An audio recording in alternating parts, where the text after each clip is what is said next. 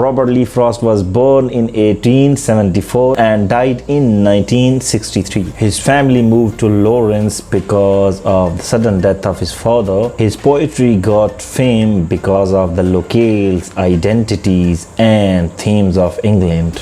Frost's poetry got fame and he became a professional poet there. He graduated from Lawrence in 1892. The New York Independent magazine accepted him as a professional poet when he launched his first poem, My Butterfly. After that, he published a huge collection of his work, but discouraged constantly by the American magazines, he moved to England along with his family, where he embraced more professional success. He continued writing for New England and published his two main works, A Boy's Will and North of Boston. These two works made him reputable and significant among literary lines before his return to the United States.